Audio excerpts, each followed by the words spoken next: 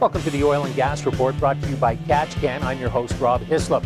We have moved all our equipment out of our Edmonton-based studio and have headed over to Vancouver. We're in this city for the Globe 2012 conference. Now, in case you're not familiar with it, it's something that's actually been around for quite a while. It started back in 1990 and goes every 2 years. What it does is it brings together leaders of industry, all sorts of people from various industries, and they're talking about trying to make the world a better place.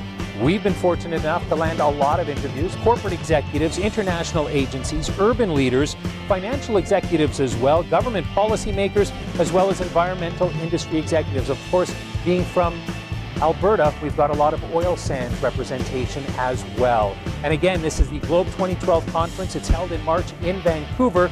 The theme this year, building a sustainable economy for the 21st century.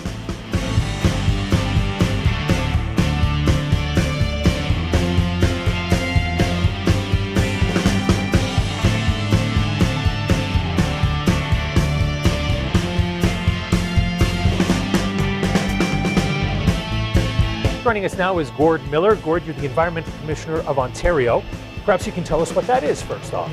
Well, the Environmental Commissioner of Ontario in a unique position in that I'm an officer of the Legislative Assembly. Like most provinces, or all provinces, have Auditor Generals who check the government's books, and those auditors can't obviously work for the government. They're checking their books, so they work for the Legislative Assembly. On a similar matter, I'm appointed by the Legislative Assembly of Ontario to oversee the decision making as it affects the environment of 13 government ministries. Is this a relatively new thing that would be happening in provinces in Canada? My office was established in 1994. Oh, so you've been around for, the office has been around for a while. That's right. I'm actually the third person to hold the job, but I've been around for 12 years of those. Okay, so this is something that obviously your province takes seriously. Absolutely. And, it's about government accountability and about allowing the people of Ontario to participate in government decision making. So what sort of issues are you looking at today? Well, today at Globe, I'm here. I come, this is my favorite conference every 2 years. I take the time to myself and I go around and go to all the booths and learn about all the technologies and the new ideas and the things that are coming and bring them back to Ontario. There are a lot of Ontario companies here, of course, but others, and it's a matter of bringing all the best ideas back to Ontario. So when I'm reviewing what Ontario does, I'm in a position to say, well, wait a minute, you could do better here. Mm-hmm. So, what have you seen so far that has caught your eye? Oh boy, lots of good stuff. Lots of good technology in terms of modeling and sewage plants and optimizing water plants. Interesting technology in recycling of plastics, taking plastics from our blue box collection, curbside collection, and putting through a process. 1 to 7. For those plastics are classified to 1 to 7, and often they only utilize certain kinds of plastics. Right. Well, this company takes 1 to 7 and turns it into new plastic. Beads that are made into new materials, and so that's to sort of close the circle on recycling. And so that sounds like a great idea, but would that not involve more money from the government to pay for a system? No, this is all. In Ontario, we have a blue box collection system, and so it's collected curbside. The blue box is recyclables, and the municipality collects that material, sells it off for whatever value you can get. And half the net cost is paid for by the stewards, the companies that are responsible for manufacturing or importing those materials. So you could look at something like this and bring it back to Ontario then, if it made sense. That particular company happens to be from Ontario. Oh, okay, so perfect. So you just ring them up then. Exactly. Yeah. So it's about keeping on top of all the new developments and technologies. So how long have you been doing the job for? I've been here 12 years in this job. So how have you seen things change? As far as, let's talk just first about mindset. I think there's been a profound change out here in the West Coast. I think we're lagging quite a bit in Ontario, and we're not developing as fast. Ontario was very early in on the mark. Back in the early 90s, we invented the blue box recycling for the world. It was the first blue boxes that were in Ontario, so we were way ahead of the game in recycling, for instance. We're not that much better off now, all these years later, and so on in a lot of areas. But I've seen tremendous development here in the West Coast, and we have. The Premier of the province talking last night and this morning and talking about all this, this West Coast initiative, Pacific Coast initiative they're forming with the other American states, and I think it's they're really leaping in on renewable energy and various things. So those are big developments. Now, in fairness, Ontario's done some big things in renewable energy too, and then on the pollution side, we've closed our coal plants. So pretty much they'll be closed by 2014, which is a huge step in terms of reducing greenhouse gases and mercury pollution and other kinds of pollution. A lot of reports will tell you that coal is the worst offender. Oh, there's no out there. question. I mean, this is my business, and coal is the worst offender on air pollution, sort of traditional air pollutants, as well as things that accumulate like mercury, accumulate in fish, and eventually end up in our native peoples and things. But as well as greenhouse gases, coal is a big problem. And Ontario took the big step of eliminating coal plants, and we had a lot of money invested, sunk capital in coal plants that we were converting some of them to other uses, and we're closing some of them down. So how do you then replace that energy Well, source? that would be the big renewable energy push that many people have heard about in Ontario. We've presently got about 1,600 megawatts of wind power installed. I'm not sure how, a few hundred megawatts of solar, growing rapidly. And we have natural gas plants. Gas fills in a lot of the gap. And of course, we always have, Ontario, one of the problems is it has an awful lot of nuclear. We have about 9,000 megawatts of nuclear active at any one time. And of course, hydroelectric. Right. You talk about wind power. I've been over to Europe and Great Britain. They've got windmills out in the ocean and all that sort of stuff. They seem to really be taking advantage of it. Are we a little bit slow in Canada, do you think, to embrace this? Definitely. And solar power as well? Definitely. Well, not so much in the solar. We're going pretty aggressively on the solar, at least in Ontario, although it takes a long time to build it up. Right. On the wind side, we've got, as I say, 1,600 megawatts currently installed, all of which is on land. For some reason, we have good potential offshore in the Great Lakes, and for some reason, the Ontario government put a moratorium on offshore wind, which I don't fully understand, because certainly you're right. In Europe, the Europeans are all saying go offshore. That's where you can put the big ones, and that's where you get steadier wind, wind blow and stuff. And so we'll see how that develops. They didn't close it down altogether. They put a moratorium on it, so they presumably will at some time open it up.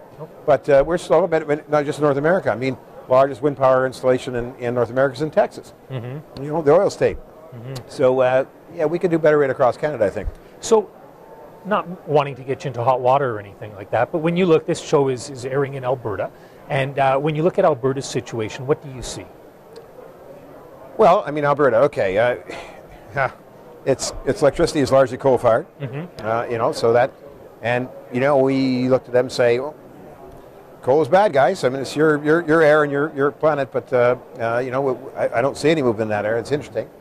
We know you're developing your oil sands, and we also know that that's a huge economic investment and a huge revenue forward. Where I think Ontarians are concerned about what we hear about water, and if the appropriate level of concern is being expressed. We saw independent checking of the monitoring systems up in those things, and it found it, the federal government found it to be deficient.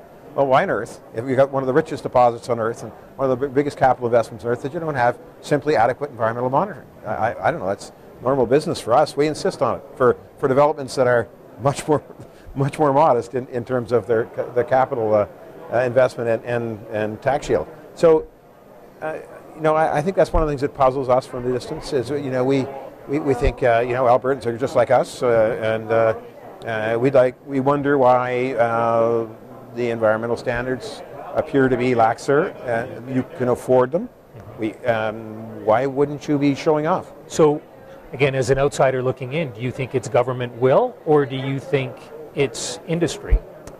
Well, one of the differences, I think, and this is, let me make this more general, because we have a little bit of this problem. You say government will or industry. Well, it's both in this sense. I was making it easy for you to go that way. Well, it's both in the sense, and that the attitude here is to have less government interference. Well, I come from a northern Ontario town called Timmins. Okay, hockey's pretty big in Timmins. Was certainly when I was a kid. Frank Mahalovich, Peter Mahalovich, yep. George Armstrong. Wow, this was when you were a kid. Okay, have they not turned out anybody since the Mahaloviches? Okay. Sullivan. Okay. Yeah. Oh yeah, we remember him in Edmonton. Patrick Sullivan, yes. Right? Yeah, he didn't last very long. But the thing is, when I learned very young when playing hockey, is you can't play hockey. You know what happens? You play hockey without referees, right? Exactly. Exactly. Okay. Yep.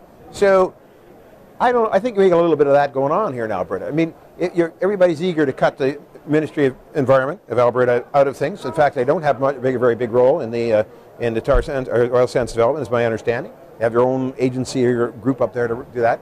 So diminish government involvement, and so then the industry, are they really in a position to step up and spend the money and do all that's necessary without that pressure, without that rigor on the system, right? And I think there's a tension that the referee provides to the game that makes for a good game. Right. And maybe you haven't got enough referees in the ice. Okay, interesting concept. A lot of people refer to our oil as ethical oil. But the way you're describing it here, it doesn't sound like it might be as ethical as those who are running these ads would like us to believe. Well, I think the whole ethical oil is it's public relations. Oil is oil. It's oil produced all around the world and is used all around the world. And I think there's a huge great public relations game going on. It's the same companies drilling it, selling it, and producing it all around the world. Alberta oil is shipped south to Oklahoma, and some of it finds its way down, in various refineries in the States. There's lots of misnomers. I wish the conversation was much more open and honest.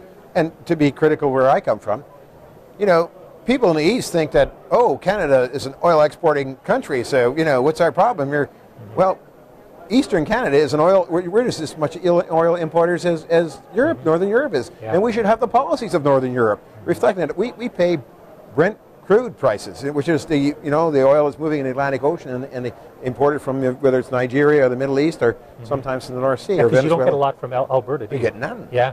We get none. The pipeline doesn't go all the way. That's right. Yeah. There's some of the pipeline that goes down to Cushing, Oklahoma, and some of it, there is another pipeline that goes up and will connect in Sarnia, but let's face it, not much comes back, right? And so we get our oil from outside sources. We're an importer.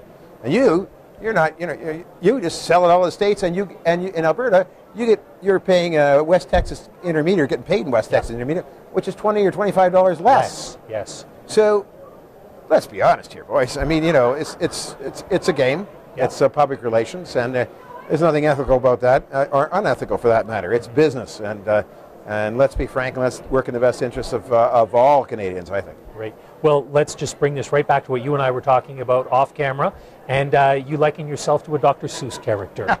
And you know what? It just makes sense to me that if more people were like that, or at least thought along these lines, it would be a better place. Yeah, so tell us a little bit about your connection to Dr. Seuss. But when I try to explain to people in Ontario or elsewhere, and what do I do? Well, because they say, well, you're with the Ministry of Environment. No, I oversee the Ministry of Environment and 12 other ministries. And so, that's an odd rule. So what do you do? Well, I'm the voice of environment, an independent voice of environment at Queen's Park, which is our legislature. And other people speak for industry, others speak for their political parties, others speak for vested interests, lobbyist groups and things. But I'm like the Lorax. I speak for the trees. I speak for the trees have no tongues. That's what I say. And so they don't have to do what I say, but at least they hear the voice of the Lorax when they make their decisions. Gordon, we've heard you loud and clear today as well. Thank you very much for your time. Pleasure. We've been chatting with Gord Miller. He is the Environmental Commissioner of Ontario.